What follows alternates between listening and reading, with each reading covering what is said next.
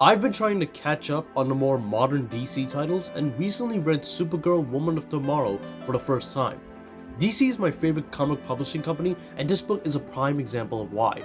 Something I've been clamoring for personally was for DC to do more cosmic stories. I could just read more Green Lantern books and have a good time, but DC has a whole galaxy of different characters and species they could write stories about.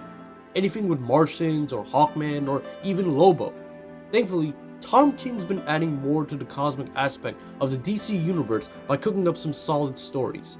The first time he did it was his book Strange Adventures, focusing on the character Adam Strange, and then there's his more recent work in Supergirl.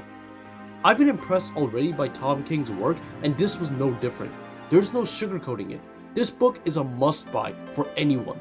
Not just Supergirl fans, but for anyone looking for a damn good time. The book starts not with Supergirl, but with a girl named Rufy who tells us of a man named Krem who killed her father with a sword and left the sword at the premises. Wondering why he left the sword, she keeps it in her possession and swears vengeance. She goes out in search for a man who can help kill Krem and offers the sword as a weapon as well as a prize to keep if they do the job. She walks into a bar and finds a person who tells her he'll get the job done and tells her to go back to where she came from. Much to Rufy's annoyance, she makes it clear that she wants to come along, and the man proceeds to backhand her. This catches the attention of Supergirl, who sits at the corner of the bar, drunk as hell, celebrating her birthday. She then proceeds to hand the man his ass and then pass out. When she wakes up, Rufy offers her the sword in exchange for the death of Krem, and Supergirl explains that killing is not her thing.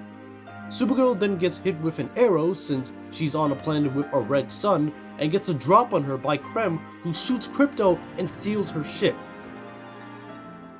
What follows is a beautiful cosmic adventure where Supergirl and Rufy go planet to planet in search for Krem so that they can find a way to heal Krypto.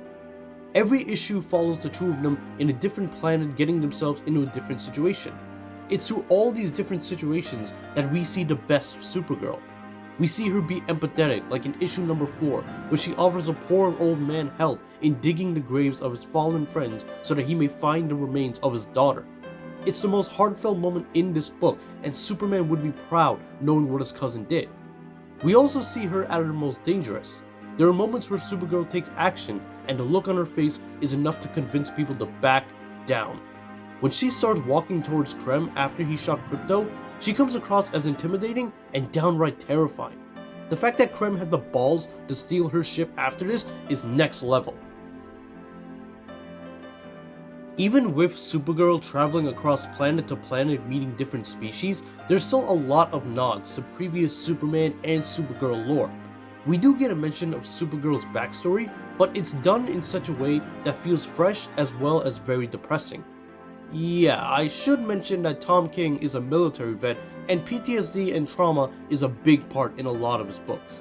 Sometimes the best part of his books is when he explores that aspect with the characters, like in the book Heroes in Crisis, a book that I would like to never mention again for the love of all that is holy.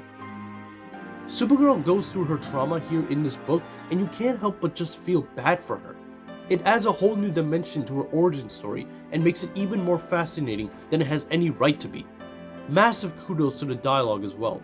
Rufy narrates throughout the book, and it's some of the most entertaining and well-written narration for a comic book I've read in a long while. It should be illegal to talk about this book and not mention how good this art is. The art is by Bilkis Evely, and the colors are by Matias Lopez, and it is some of the finest artwork I've ever seen in a modern comic book. This shit shouldn't even be called art, this is damn near craftsmanship. Evely's art lends itself so well to the ethereal and cosmic nature of this book. Supergirl's expressions are next level, the designs for the aliens and their planets are unique, and this is easily the most majestic comic the Superhorse has ever looked. This book is the personification of wonder and adventure, while also steeped in awesome fights and glorious artwork. Reading this book gave me a sensation I haven't felt since I read Sandman or Watchmen for the first time. This book is on par with some of DC's greatest works. You are doing yourself an injustice if you have not read this book already. It's going to be adapted into the Supergirl movie for James Gunn's DCU, and it's a big confidence booster towards my feelings for that movie. This book is worth every penny, and if you'd like, you can also get the new deluxe edition that recently came out. If you've already read this book but you want more like it, then I recommend you read Tom King's current series over at Dark Horse called Helen of Windhorn. It's only on 3 issues at the moment, but he, Bilkis, and Matthias continue to astonish and amaze. It's some amazing fantasy. DC in general has also been delivering some hits that I'm looking forward to reading, from Mark Waid's World's Finest book to Tom Taylor's Nightwing. It's great to have amazing graphic novels still released in the modern day.